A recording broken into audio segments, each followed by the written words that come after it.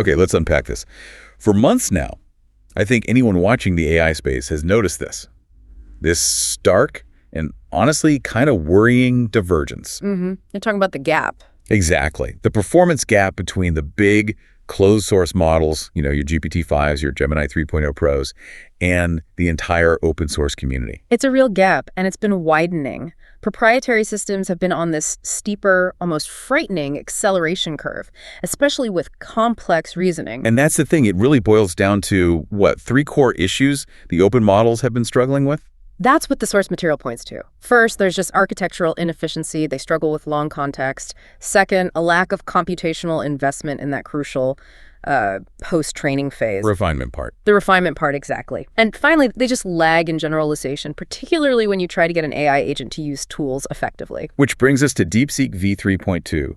This feels like a direct, full frontal assault on that whole performance disparity. It really is. And our mission today is to do a deep dive into the 3 big technical breakthroughs they used. Right. So we have the efficiency engine, which they call DeepSeek Sparse Attention, or DSA. Then there's their pretty radical commitment to scaling up reinforcement learning.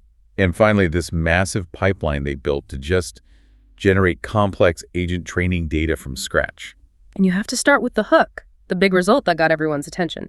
The high compute version, DeepSeek-V3.2 Special, it didn't just get close to the frontier models. No, it actually won. It achieved genuine gold medal performance. We're talking the 2025 International Mathematical Olympiad and the International Olympiad in Informatics. It reached parity and in some cases superiority with Gemini 3.0 Pro in those specific, really high-stakes domains. That just completely resets the conversation for open source AI. It's a staggering claim. It is.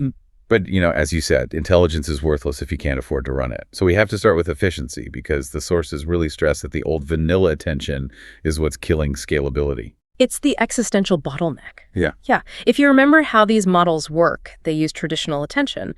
The cost of that, well, it suffers from what's called O of L squared computational complexity. Okay, for anyone who doesn't live and breathe complexity theory. Right. Think of L as the length of the text, the sequence you're analyzing. If you double that length, the computational cost doesn't double. It quadruples. It quadruples, exactly.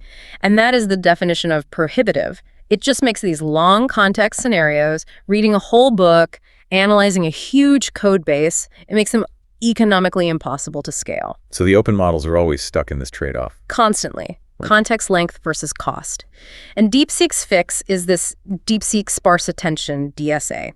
This is the big innovation that takes the complexity from O of L squared down to O of LK. Okay, so that K is the key. Instead of every single token looking at every other token, it's more like a surgical strike. A perfect way to put it. The K represents just a small number of selected tokens, and it's much, much smaller than the full sequence length, L. And how does it know which ones to pick?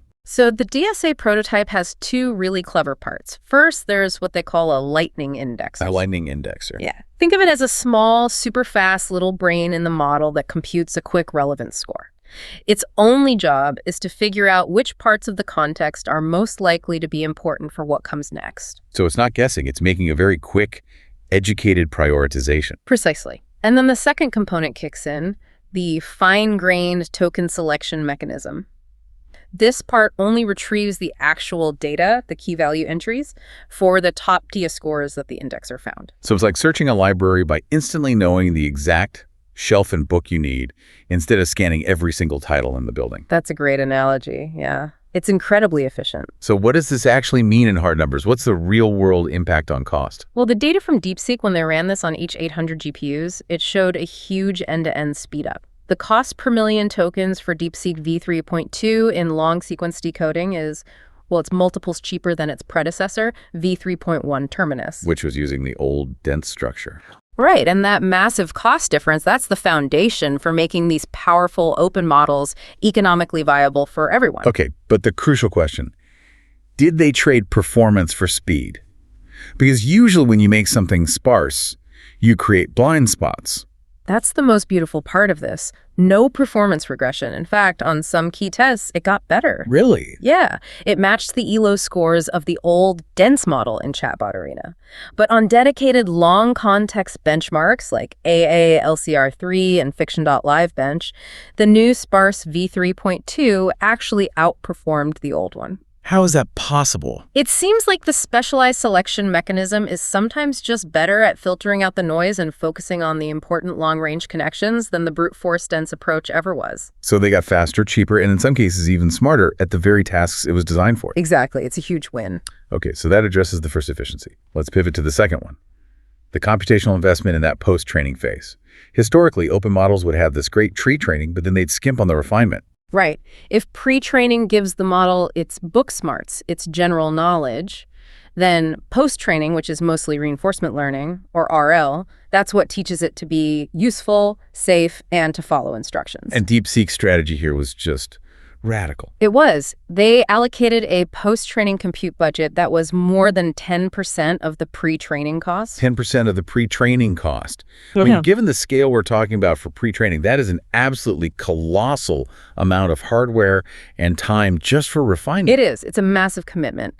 But they could only do it because they developed a really stable and scalable RL protocol, specifically using something called Group Relative Policy Optimization, or GRPO. Because scaling RL is notoriously hard, right? It gets unstable very, very quickly. It's a nightmare. The model's policy, how it behaves, starts to diverge so fast from the policy that actually generated the training data. So how did they stop it from just, going haywire at that scale? They put in some really critical stabilization measures. The most important one is called off-policy sequence masking. Okay, what does that do? Think of it this way. In your RL data set, you have good samples and bad samples. If the model starts learning from negative samples that are way off policy, meaning they came from a much older, different version of the model, it can throw the whole system off balance. So the mask just filters those out. Precisely. It masks those negative sequences that introduce too much policy divergence. It makes sure the model is mostly learning from the good stuff, the beneficial samples, which keeps the whole process on track. And because V3.2 is a mixture of experts model and MOE, they needed extra stabilizers for that too, right? Things like keep routing and keep sampling masks. Oh, absolutely vital for MOE. In a MOE model, different experts handle different things. As the policy changes in RL, you have to make sure the right experts are still being called upon. These masks maintain that consistency, which is crucial for the whole thing to work. It sounds incredibly complex, Yeah. but the payoff is just. It's impossible to ignore. This is what got them to GPT-5 high performance on reasoning tasks. And this is what brings us back to the special variant. It was the ultimate test of this whole idea. Right. They trained it only on high-quality reasoning data, threw that massive RL budget at it, but with shorter length constraints to just focus on pure optimization density. And the outcome? Gold medals. Gold medals in IOI and IMO. It proved that if you're willing to match the resource investment in post-training, open architectures can hit that frontier. So we've covered speed and pure reasoning power.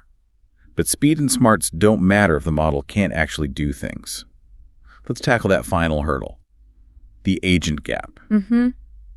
Open models have historically been pretty bad at using external tools. Why is that? Because the proprietary models have a huge advantage. They get to learn from mountains of real user interaction data. It's messy, it's complex. So DeepSeek's solution was, I think, brilliant. They decided to synthesize it. They manufacture the complexity themselves. Exactly. They built a pipeline for large-scale agentic task synthesis. The numbers are incredible. Over 1,800 different environments and 85,000 complex prompts. And they focused on tasks that were hard to solve, but easy to verify. That's the secret sauce for effective RL training. The trip planning example they give is perfect to show how complex these tasks were. Okay, walk us through it. It's not just plan a trip. Oh no, it's a 3-day itinerary. Cities, hotels, and restaurants can't repeat. But here's the killer logic. If the hotel price on day 2 is over 800 CNY, Okay. then that triggers a whole cascade of other constraints. The total restaurant spending for the whole trip has to be under 350 CNY. Both restaurants need a rating of 4.0 or higher, and the attraction ticket on day 3 must be under 120 CNY. Wow. Okay, that's a nightmare of nested IF statements for an AI. An older open model would just melt down trying to manage all that. It would. But because the final plan is easy to verify. You just check if the rules are met. It's perfect training data. It forced the model to master this kind of complex, tool-driven reasoning. And they also fixed a big inefficiency in how models think while using tools, something they call novel thinking context management. I thought this was a really clever, subtle fix. It is subtle, but it's crucial. Old agent models were so wasteful. After every single tool output, like a flight search result, the model would often just re-reason the whole problem from scratch. Throwing away all its internal thoughts. Exactly. Massive token waste. So the new rule is simple. The model's historical reasoning is retained as long as it's just processing tool outputs. It only discards its reasoning chain when a new user message comes in, signaling a new direction. That must save a ton of tokens in a long, multi-step task. A huge amount. And the results are clear. Big jumps on agent benchmarks like Terminal Bench 2.0 and Tool Decathlon. They are seriously closing the gap on real-world generalization. So let's wrap this up by looking at the trade-offs. DeepSeek-V3.2 is a landmark, but it's not perfect. Mm-hmm. What are the lingering limitations compared to, say, Gemini 3.0 Pro? The biggest one, and it's a stark limitation, is token efficiency, even with all the DSA improvements. So it gets the right answer? It gets the right answer, yes. The accuracy is competitive, but it often takes a much longer generation path to get there. It uses more tokens to say the same smart thing. And the sources had that really brutal example from the Codeforces benchmark. Oh, yeah. For the special variant to hit a rating of 2701, it needed a staggering 77,000 tokens. And Gemini 3.0 Pro? Gemini 3.0 Pro got the exact same result with only 22,000. That's more than 3 times the computational cost for the final answer. It is, and it seems to stem from the MOE architecture, which can be a bit inefficient, but also just the fact that V3.2 still has fewer total pre-training FLOPs than the absolute biggest models. It doesn't have the same density of world knowledge, so it has to think out loud more to find the right path. That's a critical trade-off for them to tackle next. Yeah. Okay, one last practical point. The model has a 128K context limit, which is big but not infinite. How did they handle tasks that go even longer, like some web browsing tasks? They just implemented some smart test time context management strategies. Clever workarounds, really. Like what? Well, they tried summarizing old context or just discarding it when the window filled up, and the surprisingly effective one was the simplest. The discard all strategy. The discard all strategy. It just resets the context, discards all the old tool call history, and keeps only the most recent essential stuff. And that simple trick scored a 67.6 on the Browscomp benchmark, which is really high. It just shows that smart organization at test time can really expand what the model can do. So in summary, DeepSeek V3.2 really is a landmark. By focusing on architectural efficiency with DSA and then just committing this massive scaled budget to post-training, they've delivered an open LLM that actually achieves gold medals. It's a real cost-efficient alternative that has just reset the bar for the entire open source community. It's provided undeniable proof of concept. And if we connect this back to the bigger picture, the success raises a really important question, something for you, the listener, to mull over. Given the success of that high compute special variant, but also that clear, lingering token inefficiency problem, that 77,000 versus 22,000 token gap is the next major frontier for open LLMs, less about raw architecture and more about optimizing the intelligence density of the reasoning. Can they teach these models to be as focused and concise as the best proprietary ones? That struggle for efficiency inside the intelligence itself, that's going to define the next phase of this competition.